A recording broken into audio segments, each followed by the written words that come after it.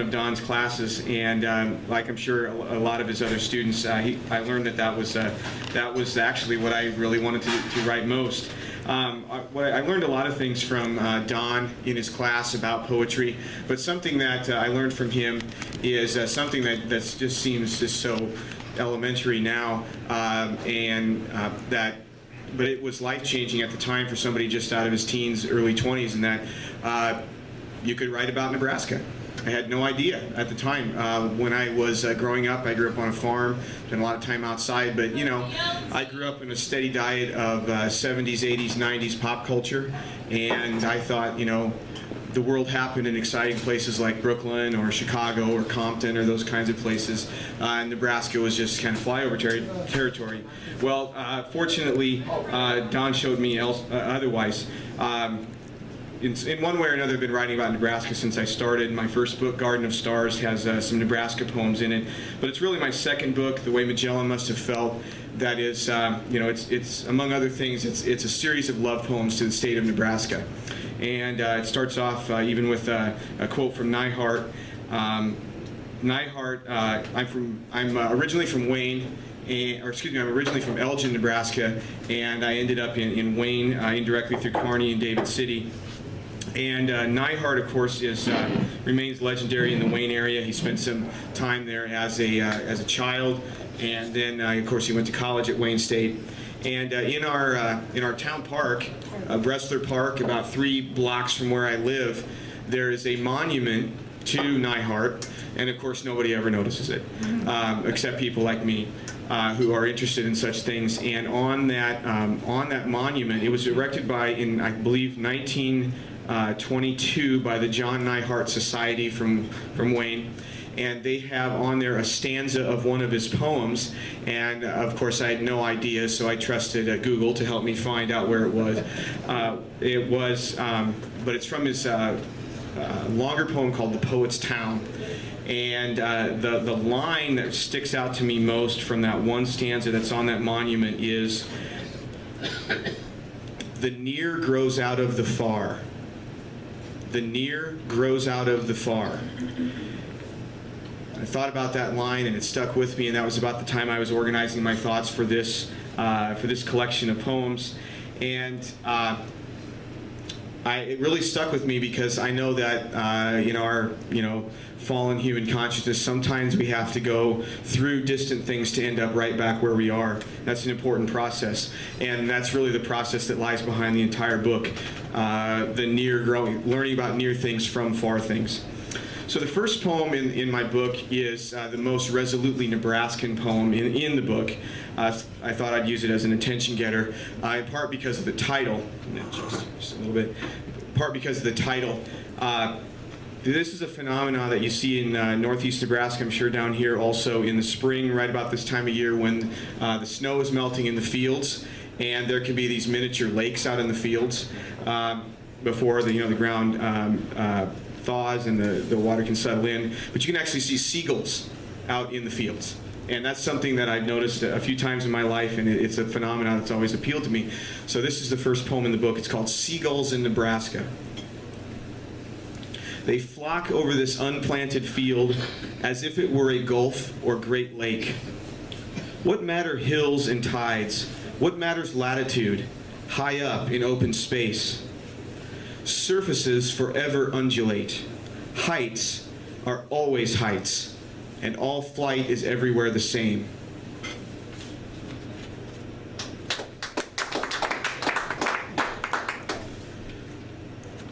The next poem I'd like to read is actually set in that park that I referred to. Again, it's about 3 blocks from our house, and this is about 25 feet from that monument to Neihart.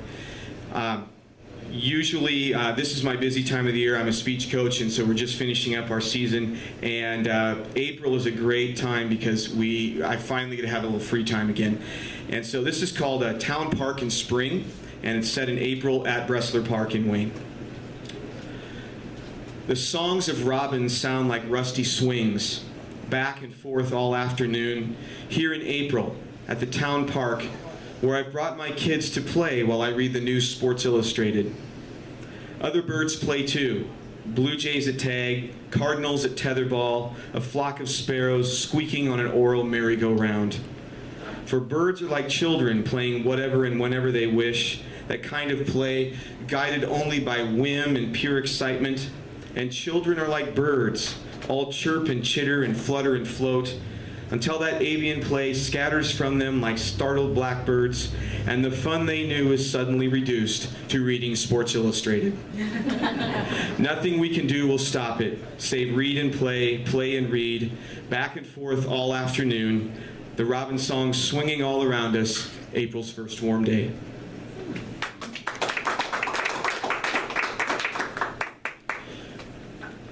When I first met Don, I was an English major, and I was majoring in English and Business Administration, which should have been proof to me that I had absolutely no idea what I was going to do after I got out of college. And not long after I met Don, I started thinking, you know, I either need to go into business finance or I need to go into high school teaching. And the girl I was dating at the time, who's not my wife now, she said, oh, come on, can you really see yourself as a banker? And I changed my major to English Ed, and here I am. On that day when I changed my major to English Education, if I had written my job description out, my ideal job description, it would be very close to the one I ended up getting at Wayne High, so I'm very pleased and very fortunate to have that. I teach seniors. I teach senior Brit Lit, and I really enjoy teaching seniors. I really enjoy working with 18-year-olds. It's a really pivotal, very philosophical year in someone's life. And I'm privileged to be part of it for so many, golly, 1,700 kids now, I think, something like that. Anyway, this is a sonnet called Graduate. And I've always noticed at graduation there's always the playing of the national anthem and the showing of colors and so on, at least at our graduation. This is a poem called Graduate. Today, we'll all stand at attention whenever you walk in, saluting you as if your gown were a calm flag to which we pledge our old allegiance. Forgive us if today you stand as more than your accomplishments, but as a banner for each of us, our lives, our liberties, and our pursuits of happiness. We salute you, as well as the stars and stripes of our own dreams, wild and actual, and where we stand in them. Graduate, you are our old glory made new again, one nation under God, indivisible, with liberty and justice for all.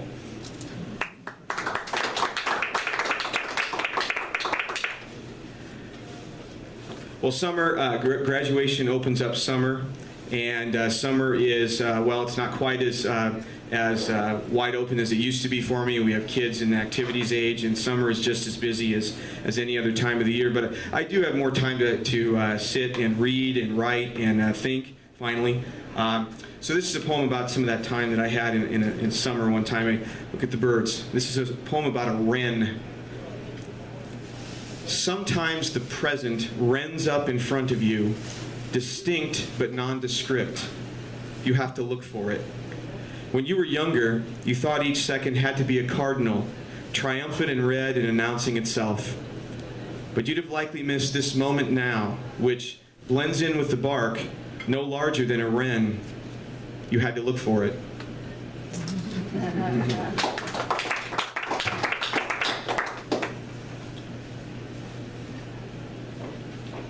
When I have the chance, which is not very often, in the summer I like to go fishing. And I went fishing one time with my sons, and this is called Catch and Release. This is for my sons. Before you begin, commit to letting go every fish, no matter the size, no matter the kind. Before you start, break that cycle we have. Keeping the caught, killing the kept, eating the kill. Before you even cast, say you've hit your limit. Then fish your fill.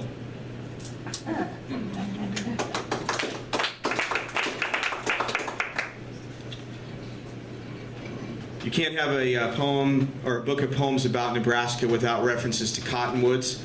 And where I come from out in the Sandhills, sometimes you can go for miles and miles and those are the only trees that you see, cottonwoods and cedars. And so this is a poem that kind of illustrates the theme of my book, near things in terms of far things. This is called a grove of cottonwoods. Although no doubt ship masts were made of harder timber, these cottonwoods bear sails of leaves this afternoon, and here you stand, plumb amidships, on the oblong deck of this small grove in tropical heat. A good trade wind out of the south, you feel the ground go wave-like underneath your legs, certain but in a rolling pattern, a constant motion. Here is your sea, your frigate full of breath and being, borne across the globe by leaves.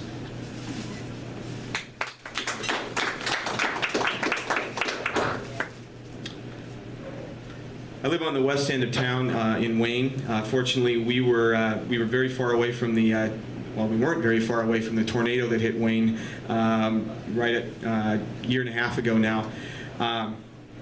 We were not very far from that, but we had no idea that it was happening. We live on the west end of town. It just looked like a rainy day. It was amazing. But where I live on the west end of town, I live right on the other side of the town cemetery. And I walk through the town cemetery every day on my way to my job at Wayne High School. It's a really peaceful walk. I really enjoy it. It's my 7th grade son has started walking with me to school now early mornings, and he says, I said, what do you think of this commute to school? He said, this is pretty cool, right? But anyway, that cemetery, it's rare that I can go through that cemetery without thinking of something to write about. And so it's really become a muse for me. And this poem I wrote about the town cemetery, and it's one of my favorite I've ever written, and it lies, pun intended, dead center in the book. It's called Town Cemetery. Today its central lane seems a long floating dock, old cedars and pines splashing up at the sides, headstones bobbing like buoys. So it takes a good moment to regain your sea legs, step out, and begin to walk. It's so hard to find balance when your firmest footing actually floats atop the waters of life and time, but it helps to walk here often, maintaining equilibrium, your eyes on the distance, on seagulls and ships.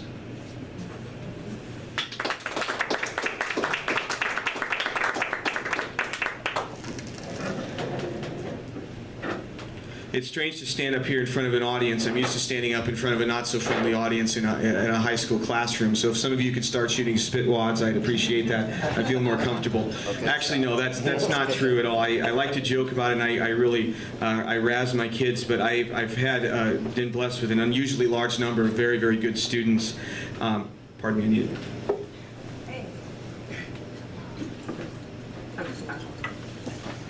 I teach a lot of writing, as you might guess. And I'm kind of proud of it. We have our kids repeatedly, I mean, a down year for us is when 97% of our kids pass the state writing exam at Wayne High School. That's a down year. Usually it's 100%. But what I like to do with my kids is when I give them a paper, you know, we work through the process and so on. I like to have them, I've got a rough draft activity that I like to do ideally when I have my druthers on Friday afternoons or Friday during the day. So they have a full rough draft before the weekend. I try to prevent them from doing that all-night paper cliche thing, you know. And so ideally, my goal is, and I tell them this, is I like the idea of you having the full rough draft with commentary when you leave class on Friday so that you have the whole weekend to maybe get away from it for a little bit and then do your final editing maybe on Sunday. And so that worked out that way one time, and I was at home on a Sunday afternoon, and I was relaxing because I knew I was going to have papers to grade that week. And I thought, you know, some of my kids are out working on their papers right now. And then I thought, wait a second, I can make that. The girls are now working on their papers. The guys are watching football, and they'll do that later. They'll do the editing stuff later. But anyway, this is called Sunday Afternoon, and it is in Sunday afternoon in terms of a very good student. Sunday afternoon. Ever the good student, autumn has been sprawled across the carpet of our town, finishing its homework, the essay of the sky. Today, it further clarifies the thesis of sunlight with a few final details of breeze. as pen to teeth, it simplifies the syntax of the trees. Wow. It was actually one of my students I had in mind with that. She was an outstanding writer. Well, I've got 4 children, and I often write about the children. And I generally don't do those in public because those are really near and dear to my heart, and they strange emotional things happen. But as a parent, I've noticed that sometimes, well, my kids get a lot of gifts from families and so on, and friends and so on, especially around Christmas. And most of the gifts are just junk. You know, they're just plastic junk. But every once in a while, they'll get something that just sticks out. And so this is a poem about a gift that one of my kids got. I can't remember who gave him this, but it was a set of marbles, and the marbles look like the planets. What a cool gift, huh? All right, so this one's called, and of course the one that appeals to me is of course the Earth. So this is called a marble Earth, a gift to one of my children. Dark blue with tiny continents, including Antarctica and even an Arctic ice cap. The marble toy is part of a larger set, the whole solar system. Yet only this one appeals to me, like an aerial photograph of my home. Except here I can roll the picture around in my hand. Here, at long last, I can see the world the way the great saints, the contemplatives, the mystics must have seen it. Small, smooth, marble hard, inconsequential, a dark blue toy given to children. Too often my world seems atmospheric, topographical, so big, imperfect, and complicated, part of no larger system or set, spinning and orbiting at speeds unbelievable as I cling to it. Finally, here I have some sense of otherworldliness, rolling this earth pole to pole, ocean over continent, watching it disappear in my hand.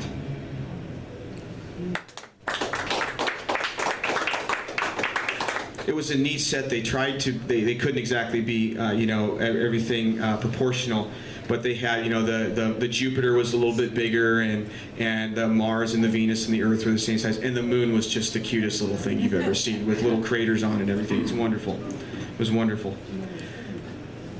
Well, we're coming out of winter. I'm actually a winter kind of guy. I like winter. My wife can tell you I'm in a better mood when the weather's cooler. But the blizzard a month ago today really did me in. We had 17 inches of snow up in Wayne, and I realized I'm ready for spring. Do you remember the big blizzard we had on Christmas? Did you get it as bad down here? In Wayne, the winter of 09-10, we had 3, I think, big blizzards that blew through. The first one on Christmas Eve. So I was at home a lot that January. We had something like 7 snow days in January that year alone. So I wrote a lot about the winter and snow and so on, and some of those poems end up in this book. This one is called Snowplows. An overnight blizzard has called all these whales up to the surface again. And since 3 a.m., they've been leaping and crashing in the new white waves of our town. Cold metal reverberates a whale song each time one breaks adrift with its blade, and a flat tail of gravel slaps the pavement as it dives again. By dawn, their dalliance will end. Their nimble girth disappear, their wide wakes remain. Oh, cool.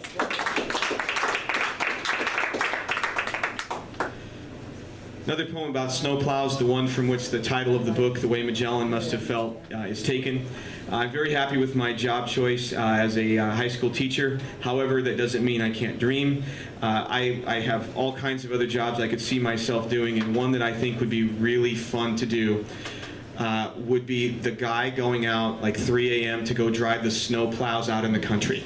I think that would be just the best job in the world, all right? Crank the radio, drink some coffee, and let's have some fun. So I was writing about the county snowplow driver, and this poem ended up in Nebraska Life magazine. County snowplow driver. A blade divides the white waves south on Highway 15, and a yellow, seaworthy vessel cuts through drifts like so much foam. Its cab a sail, billowed full of coffee steam,